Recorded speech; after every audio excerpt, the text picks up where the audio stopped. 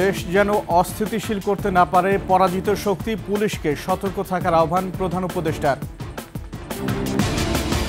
সারা দেশে চলছে পলিটেকনিকের শিক্ষার্থীদের শাটডাউন কর্মসূচি, ক্লাসরুমে তালা। দেশের জেলা উপজেলায় এলজিইডির ৩৬ কার্যালয়ে দুদকের অভিযান।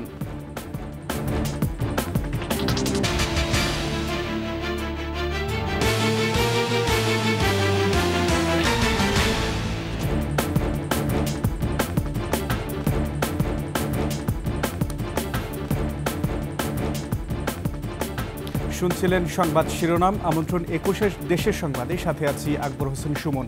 দর্শক, ২১ টেলিভিশনের সংবাদ একই সাথে সরাসরি দেখতে পাবেন আমাদের ফেসবুক পেজ www.facebook.com/2124 অনলাইনে। এছাড়া সাবস্ক্রাইব করতে পারেন www.youtube.com/@21etv চ্যানেলে। পরাজিত শক্তি যাতে দেশকে অস্থিতিশীল করতে না পারে, এজন্য পুলিশকে সর্বোচ্চ সতর্ক থাকার আহ্বান জানিয়েছেন প্রধান উপদেষ্টা ডক্টর মোহাম্মদ ইউনূস। রাজধানীর রাজারবাগে পুলিশ সপ্তাহের উদ্বোধনী অনুষ্ঠানে এই আহ্বান জানান তিনি। জনগণের সাথে পুলিশের দূরত্ব ঘুচাতে কার্যকর উদ্যোগ নেওয়ারও আহ্বান জানান প্রধান উপদেষ্টা। মেহেদী হাসানের রিপোর্ট। স্বৈরাচারকে রক্ষা করতে গিয়ে জুলাই বিপ্লবের পর গণরোষে পড়ে পুলিশ। বিশৃঙ্খল অবস্থার মধ্যে দায়িত্ব নেয় অন্তর্বর্তী সরকার। তারপর নানামুখী উদ্যোগে একটু একটু করে ঘুরে দাঁড়ায় আইন শৃঙ্খলা রক্ষায় নিয়োজিত এ বাহিনী। পুলিশ সপ্তাহ ২০২৫-এর উদ্বোধনী অনুষ্ঠানে প্রধান উপদেষ্টা জানান, এখন আইন শৃঙ্খলা অনেকটাই নিয়ন্ত্রণে। পুলিশ ও অন্যান্য বাহিনীর সম্মিলিত প্রচেষ্টায় দেশের আইন শৃঙ্খলা পরিস্থিতি এখন অনেকটা নিয়ন্ত্রণে আনা সম্ভব হয়েছে। এদিকে সংস্কার সহ নানামুখী উদ্যোগের মধ্য দিয়ে নির্বাচনের দিকে এগিয়ে যাচ্ছে অন্তর্বর্তী সরকার। প্রধান উপদেষ্টা আবারও বললেন, চলতি বছরের ডিসেম্বর থেকে আগামী বছরের জুলাইয়ের মধ্যে হবে নির্বাচন। কিন্তু পরাজিত শক্তি বসে নেই। দেশকে অস্থিতিশীল করার সর্বোচ্চ চেষ্টা তারা করছে। ভবিষ্যতে কখনো যেন পুলিশ বাহিনীকে দলীয় বাহিনী বা অন্যায় কাজে ব্যবহার না করা যায়, তার জন্য একটা সুষ্ঠু ও নিরপেক্ষ নির্বাচন অত্যন্ত জরুরি। নির্বাচনের আগের সময়টা অনেক কঠিন সময়। আপনাদের সজাগ দৃষ্টি রাখতে হবে, পরাজিত শক্তি যেন কোনোভাবেই দেশকে অস্থিতিশীল না করতে পারে। আমি আগেও বলেছি, আবারও আপনাদেরকে নিয়ে স্মরণ করিয়ে দিচ্ছি সবাইকে, আমরা একটা যুদ্ধ অবস্থায় আছি। গেল ১৬ বছরে পুলিশকে দলীয় বাহিনীতে পরিণত করায় জনবিচ্ছিন্ন হয়ে পড়েছিল এ বাহিনী। প্রধান উপদেষ্টা বলেন, জনগণের সাথে এ বাহিনীর দূরত্ব ঘোচাতে হবে। বিগত ১৬ বছরে পুলিশ জনগণের মধ্যে যে দূরত্ব সৃষ্টি হয়েছে, সেই দূরত্ব কমিয়ে আনা, পুলিশ বাহিনীর প্রতি মানুষের আস্থা ফিরিয়ে আনা। আমি বলবো এটা কঠিন না। একবার সে আন্তরিক পরিবেশ সৃষ্টি হলে এই বন্ধন অটুট থাকবে। নারী ও শিশুদের প্রতি সহিংসতা প্রতিরোধে পুলিশকে সর্বোচ্চ সংবেদনশীল হওয়ারও আহ্বান প্রধান উপদেষ্টার। নারী এবং শিশু নিরাপত্তা পেলে আমরা বুঝতে পারবো দেশ নিরাপত্তার দিকে অনেক দূরে এগিয়ে গেছে। মেহেদী হাসান, ২১ টেলিভিশন, ঢাকা। রাজনৈতিক দলের সমর্থন না পেলে নির্বাচন কমিশনের সব আয়োজন বৃথা বলে মন্তব্য করেছেন প্রধান নির্বাচন কমিশনার এএম নাসির উদ্দিন। আগারগাঁওয়ে নির্বাচন ভবন মিলনায়তনে প্রবাসী ভোটিং সিস্টেম উন্নয়ন সংক্রান্ত সেমিনারে তিনি একথা বলেন। অন্তত প্রবাসী ভোটিং সীমিত আকারে শুরু করতে চান জানিয়ে সিইসি বলেন, এক্ষেত্রে সবার সহযোগিতা দরকার। সেমিনারের নির্বাচন কমিশনের সদস্যরা ছাড়াও উপস্থিত ছিলেন রাজনৈতিক দলের প্রতিনিধি সহ গণমাধ্যমের সম্পাদক, সুশীল সমাজের প্রতিনিধি ও বিশ্ববিদ্যালয়ের শিক্ষকরা। দিনব্যাপী সেমিনারের উদ্দেশ্য পোস্টাল ব্যালট, অনলাইন ভোটিং ও প্রক্সি ভোটিং পদ্ধতির স্বচ্ছতা ও মান, আইনি চ্যালেঞ্জ সহ নানা বিষয়ে অংশীজনদের মতামত নেওয়া। গণতান্ত্রিক সমাজে ভিন্ন মত থাকলেও সংস্কার প্রশ্নে সবার লক্ষ্য এক, এমন মন্তব্য করেছেন জাতীয় ঐকমত্য কমিশনের সহ সভাপতি অধ্যাপক আলী রিয়াজ। তিনি বলেন, সংস্কার প্রক্রিয়া কতটুকু সফল হবে তা সবার ঐক্যের উপরই নির্ভর করছে। সকালে বিপ্লবী ওয়ার্কার্স পার্টির সাথে বৈঠকের শুরুতে এসব কথা বলেন আলী রিয়াজ। এ সময় বিপ্লবী ওয়ার্কার্স পার্টির সাধারণ সম্পাদক সাইফুল হক বলেন, মানুষের আকাঙ্ক্ষা পূরণে সংস্কার এবং নির্বাচন প্রক্রিয়া একসাথে এগিয়ে নিতে হবে। ন্যূনতম বিষয় ঐকমত্য তৈরি করে দ্রুত সময়ের মধ্যে জুলাই সনদ করার আহ্বান জানান তিনি। বৈঠকে জাতীয় ঐকমত্য কমিশনের ৪ সদস্য ও বিপ্লবী ওয়ার্কার্স পার্টির ১০ সদস্যের প্রতিনিধি দল অংশ নেন।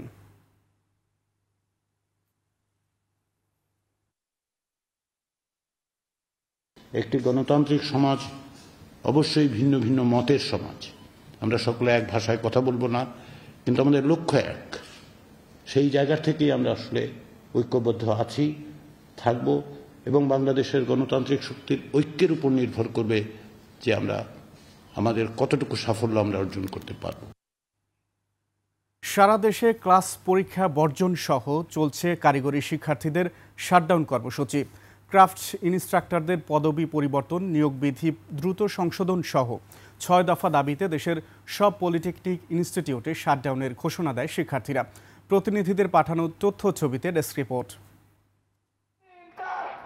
রাজশাহী পলিটেকনিক ইনস্টিটিউটে শিক্ষার্থীরা বেলা 11:30টার দিকে ক্যাম্পাসে বিক্ষোভ মিছিল ও অবস্থান কর্মসূচি পালন করেন। তারা জানান, দাবি আদায় না হওয়া পর্যন্ত আন্দোলন চলবে। ময়মনসিংহ পলিটেকনিকেও ক্লাস পরীক্ষা বর্জন করে প্রতিবাদ সভা করেন শিক্ষার্থীরা। রংপুরে সরকারি ও বেসরকারি পলিটেকনিক মিলিয়ে একই কর্মসূচি পালন হয়েছে। শিক্ষার্থীরা জানিয়েছেন, দাবি মানা না হলে আন্দোলন চলবে। আমরা যতদিন আমাদের আন্দোলন সফল না হয় এবং বাস্তবে আমরা যেটা দেখতে পারবো না, ততদিন আমাদের ক্লাস সবকিছুই অফ থাকবে। কুষ্টিয়ায় চলছে একযোগে শাটডাউন কর্মসূচি। পটুয়াখালীতে প্রধান গেটে তালা ঝুলিয়ে ক্লাস পরীক্ষা বর্জন করেন শিক্ষার্থীরা। একই দাবিতে শরীয়তপুর পলিটেকনিক ইনস্টিটিউটে কর্মসূচি পালন করছে শিক্ষার্থীরা। ইনস্টিটিউটের প্রধান গেটে তালা ঝুলিয়ে সকাল থেকেই অবস্থান নেয় তারা। আমাদের 6 দফা দাবি বাস্তবায়ন না হওয়া পর্যন্ত এবং দৃশ্যমান না হওয়া পর্যন্ত আমরা এই কর্মসূচি অনির্দিষ্টকালের জন্য পালন করব। আমাদের উচ্চশিক্ষার জন্য আমাদের বিশ্ববিদ্যালয় বা প্রয়োজনীয় যেই কলেজগুলো স্থাপন করা দরকার, এগুলো যত দ্রুত সম্ভব আমাদেরকে মেনে নিতে, আমরা শিক্ষার্থী হিসেবে আমরা এটাই চাচ্ছি। ফরিদপুর পলিটেকনিক ইনস্টিটিউটে কমপ্লিট শাটডাউন পালন করছেন শিক্ষার্থীরা। সকাল থেকে শিক্ষার্থীরা বিক্ষোভ শুরু করে, পরে একটি মিছিল বের করে প্রতিষ্ঠানের বিভিন্ন গেটে তালা ঝুলিয়ে দেয়। এছাড়া একই দাবিতে কমপ্লিট শাটডাউন কর্মসূচি পালন করছে ব্রাহ্মণবাড়িয়া ও সিরাজগঞ্জ পলিটেকনিক ইনস্টিটিউটের শিক্ষার্থীরা। 16 এপ্রিল শুরু হওয়া এই আন্দোলনের প্রেক্ষিতে শিক্ষা মন্ত্রণালয় গত মঙ্গলবার একটি কমিটি গঠন করলেও শিক্ষার্থীরা পরদিনই তা প্রত্যাখ্যান করেন। ইউসুফ হাসান নাইম, 21 টেলিভিশন। রাজধানীর আগারগাঁওয়ে স্থানীয় সরকার প্রকৌশল অধিদপ্তর এলজিইডির প্রধান কার্যালয় সহ জেলা উপজেলা পর্যায়ে 36টি কার্যালয়ে একযোগে অভিযান পরিচালনা করেছে দুর্নীতি দমন কমিশন দুদক। সকাল 10টা থেকে এই অভিযান শুরু হয়। এলজিইডির তত্ত্বাবধানে বিভিন্ন রাস্তা এবং ব্রিজ কালভার্ট নির্মাণে নিম্নমানের কাজ করায় নির্মাণ কাজে রাস্তা ও ব্রিজ কালভার্ট অল্প দিনই ধসে পড়ে, এমন অভিযোগের তদন্ত করা হচ্ছে অভিযানে। প্রতিনিধিদের তথ্য ছবিতে ডেস্ক রিপোর্ট। দেশের বিভিন্ন জেলা উপজেলায় অভিযানের অংশ হিসেবে চট্টগ্রাম এলজিইডির বিভিন্ন প্রকল্প বাস্তবায়নে অনিয়ম দুর্নীতির অভিযোগ খতিয়ে দেখতে অভিযান চালিয়েছে দুদক। সকালে এলজিইডির অফিসে এই অভিযান পরিচালনা করা হয়। এ সময় দুদক কর্মকর্তারা জানায়, প্রকল্পের কাজ যথাযথভাবে সম্পূর্ণ না করেই বিধি বহির্ভূতভাবে অগ্রিম বিল উত্তোলন করে নেওয়া হচ্ছে।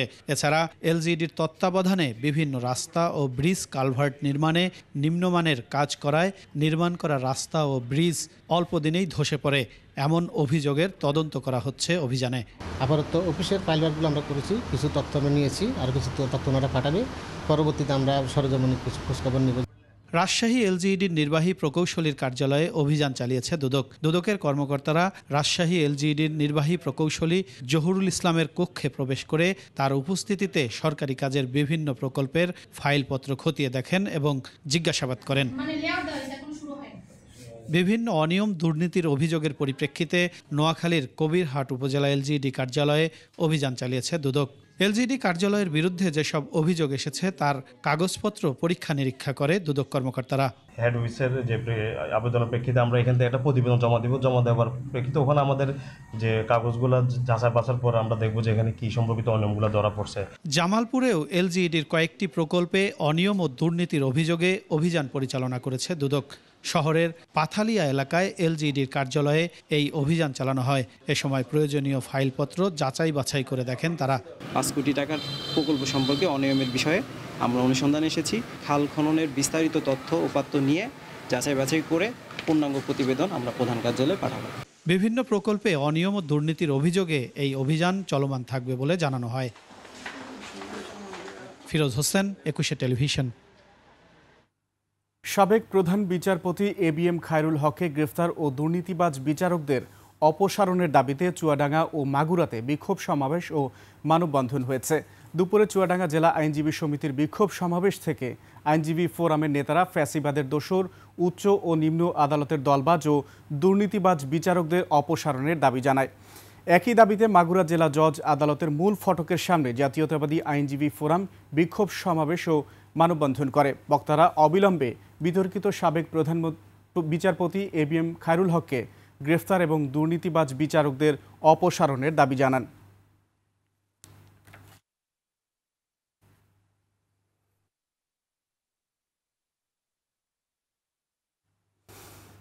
মাগুরায় তৃতীয় দিনের মতো শিশু আসিয়া ধর্ষণ ও হত্যা মামলার সাক্ষ্য গ্রহণ করা হয়েছে। রাষ্ট্রপক্ষের আইনজীবী মনিরুল ইসলাম মুকুল জানান, চাঞ্চল্যকর আসিয়া হত্যা মামলায় তৃতীয় দিন 11 জন সাক্ষীর সাক্ষ্য গ্রহণ করা হয়। সকাল 10:30টায় নারী ও শিশু নির্যাতন দমন ট্রাইব্যুনালের বিচারক M জাহিদ হাসানের আদালতে সাক্ষীরা আসামিদের উপস্থিতিতে সাক্ষ্য দেন। এ সময় আসামিপক্ষের আইনজীবী সোহেল আহমেদ সাক্ষীদের জেরা করেন। মামলায় ঢাকা মহানগর দক্ষিণ যুবদলের সদস্য সচিব রবিউল ইসলাম নয়ন সুরথল সাক্ষী হিসেবে আদালতে সাক্ষ্য দেন।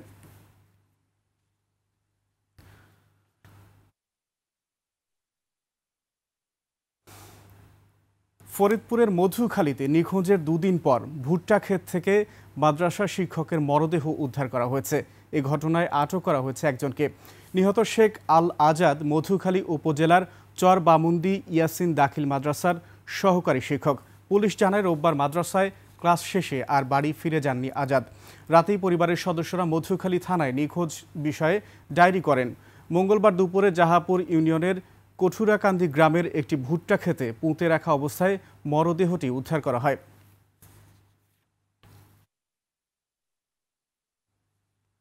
চট্টগ্রামে ব্যবসায়ী এস আলমের 14,000 শতাংশ অবৈধ জমি সরকারের দখলে আনার দাবি জানিয়েছেন স্থানীয়রা। আদালত এরই মধ্যে এই জমি জব্দের আদেশ দিলেও কাজ এখনো শুরু হয়নি। তবে লোকজন এসব জমি হস্তান্তরের চেষ্টা করছেন বলে অভিযোগ। তাই প্রশাসক নিয়োগের দাবি স্থানীয়দের। বিস্তারিত সুমাইয়া খানের রিপোর্টে।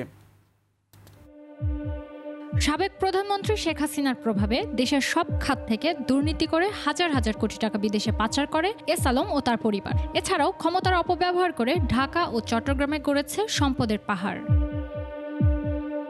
চট্টগ্রামের ডাবলমুরিং, কোতোয়ালি, বাকলিয়া, বায়োজিৎ সহ জেলার পটিয়া, কর্ণফুলী, সীতাকুণ্ড, হাটহাজারী, গাজীপুর এবং শ্রীপুরে থাকা প্রায় 14,000 শতাংশ জমি এখনও এস আলমের দখলে আছে। সেখানে আছে নানা ধরনের স্থাপনা। কোনোটির নির্মাণ কাজ শেষ হয়েছে, কোনোটির এখনও শেষ হয়নি।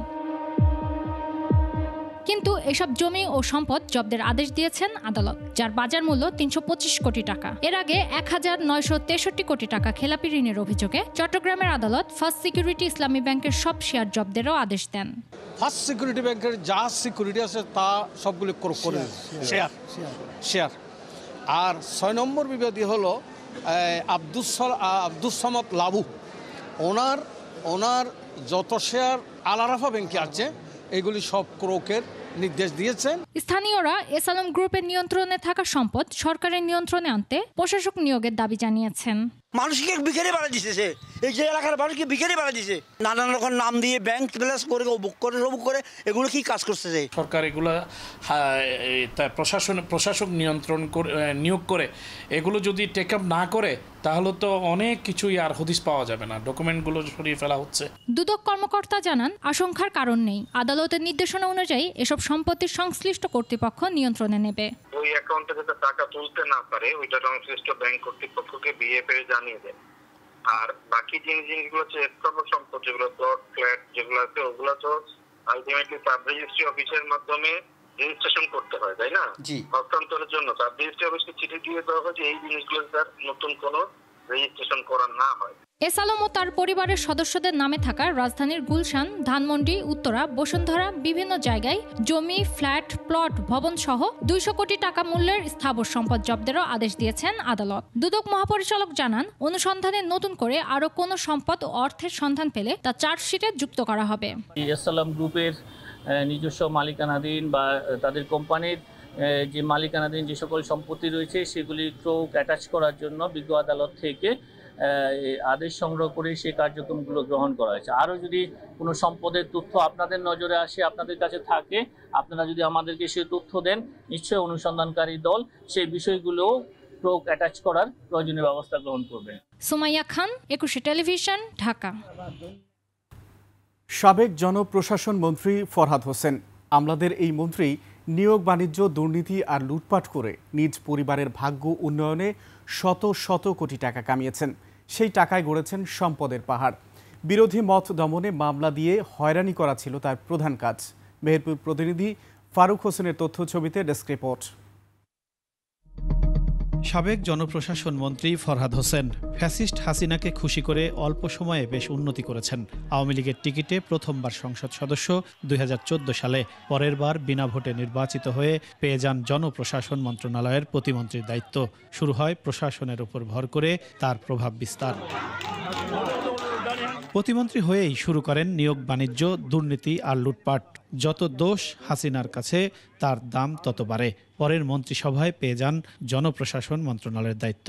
জনগণের টাকাকে বিভিন্নভাবে হরিলুট করা হয়েছে, উন্নয়নগুলো হয়েছে যেগুলা জনকল্যাণে খুব একটা কাজে লাগেনি। ত্রাসের রাজত্ব, দুর্নীতির রাজত্ব মেহেরপুরে কায়েম করেছিল। আমলাদের মন্ত্রী হওয়ায় তিনি প্রশাসন ও আমলাদের নিয়ন্ত্রক হয়ে যান। স্থানীয় নেতা ও সাধারণ মানুষের ধরাছোঁয়ার বাইরে চলে যান ফরহাদ। তার স্ত্রী এবং ভাইও জড়িয়ে পড়েন নানা বাণিজ্যে। মেহেরপুরকে একটা লুটতরাজের জেলা হিসাবে প্রমাণ করছে। সাধারণ মানুষ ওনার ভয়ে কথা বলতে পারতো না। সাধারণ মানুষের জীবনযাত্রা খুবই কঠিন হয়ে গেছিল সে সময়। এত প্রভাব যে মন্ত্রীর, তার বিরুদ্ধে কে যায়? বিরোধী দলমতকে দমনের জন্য প্রশাসনকে ব্যবহার করে হয়রানি করা ছিল তার নিয়মিত কাজ। আমরা প্রতিবেশী হওয়া সত্ত্বেও ওনার আমলে আমরা একটি রাত বাড়িতে ঘুমাতে পারিনি। এমন কোনো বিএনপির নেতা নাই যে তার দ্বারা মামলার শিকার হয়নি। পরিবারের 14-15 জনকে ভুয়া মুক্তিযোদ্ধা বানাতে চেয়েছিলেন ফরহাদ হোসেন। 14 থেকে 15 জন ওনার ভাগ্নি, আত্মীয় স্বজন, ভগ্নিপতি, ভাই, এদের মুক্তিযোদ্ধা বানানোর জন্য উনি একটা নীল নকশা তৈরি করল। কমিশন আর নিয়োগ বাণিজ্যের টাকায় মেহেরপুরের একতলা বাড়ি 2 তলা করেছেন। কর্মীদের জন্য বানিয়েছিল আলাদা ছাউনি। 5 আগস্টে সেসব ভেঙে দেয় জনতা। একসময় যে জায়গা ও বাড়ি গভীর রাত পর্যন্ত নেতাকর্মীদের পদচারণায় মুখর থাকত, তা আজও শুনশান। আজকে তার বাড়িটা জনশূন্য, সেখানে আর কোনো জনগণ নেই, এমনকি তার বাসাটা দেখার মতো মানুষ নেই। হত্যা মামলায় ফরহাদ হোসেনের বসবাস এখন কারাগারে। ফিরোজ হোসেন, একুশে টেলিভিশন। নীলফামারীর উত্তরা ইপিজেডের সোনিক কারখানায় মেশিন বিস্ফোরণে 2 শ্রমিক দগ্ধ হয়েছেন। দুপুরে কারখানায় কাজ করার সময় এই বিস্ফোরণের ঘটনা ঘটে। দগ্ধ 2 শ্রমিককে গুরুতর অবস্থায় উদ্ধার করে নীলফামারী জেনারেল হাসপাতাল এবং পরে অবস্থা আশঙ্কাজনক হওয়ায় রংপুর মেডিকেল কলেজ হাসপাতালে স্থানান্তর করা হয়। দগ্ধ শ্রমিকরা হলেন নীলফামারী সদরের তিলাই জয়চণ্ডী বানিয়াপাড়ার লিটন চন্দ্র রায় এবং সৈয়দপুর উপজেলার কামারপুকুর সরকারপাড়ার দেলোয়ার হোসেন। তারা সোনি কোম্পানির ডাই কাস্টিং সেকশনে শ্রমিক হিসেবে কর্মরত ছিলেন। চিকিৎসকরা জানান, বিস্ফোরণে তাদের শরীরের প্রায় 60% পুড়ে গেছে। নেত্রকোনার কেন্দুয়ায় স্বেচ্ছাশ্রমের মাধ্যমে কৃষকের ধান কাটার কার্যক্রম শুরু করেছে বিএনপির সহযোগী সংগঠন বাংলাদেশ কৃষক দল। দুপুরে কৃষক দলের প্রায় 400 নেতাকর্মী ধনিয়াগাঁও এলাকার অসহায় কৃষক কাঞ্চন মিয়ার ক্ষেতের ধান কেটে মাড়াই করে দেন। ধান কাটার সময় অন্যান্যদের মধ্যে কৃষক দল নেতা ডাক্তার রুবেল মিয়া ও বিএনপি নেতা মোহাম্মদ সাকি সহ ছাত্র ও যুব দলের নেতাকর্মীরা উপস্থিত ছিলেন। এ সময় স্বেচ্ছাশ্রমের মাধ্যমে দরিদ্র কৃষকের যে কোনো সংকটে পাশে থাকার অঙ্গীকার করেন নেতাকর্মীরা।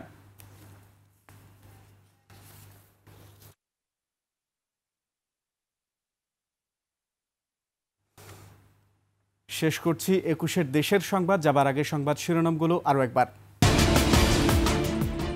দেশ যেন অস্থিতিশীল করতে না পারে পরাজিত শক্তি, পুলিশকে সতর্ক থাকার আহ্বান প্রধান উপদেষ্টার। সারা দেশে চলছে পলিটেকনিকের শিক্ষার্থীদের শাটডাউন কর্মসূচি, ক্লাসরুমে তালা। দেশের জেলা উপজেলায় এলজিইডির 36 কার্যালয়ে দুদকের অভিযান।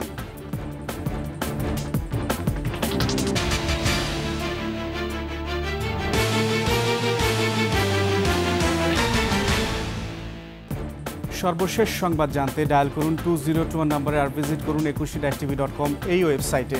ফেসবুকে ভিজিট করতে পারেন www.facebook.com/2124 অনলাইনে। এছাড়া সাবস্ক্রাইব করতে পারেন www.youtube.com/@21etv চ্যানেলে। এতক্ষণ সঙ্গে থাকার জন্য ধন্যবাদ। পরবর্তী সংবাদ সন্ধ্যা 7টায় দেখার আমন্ত্রণ। 21-এর সাথেই থাকুন।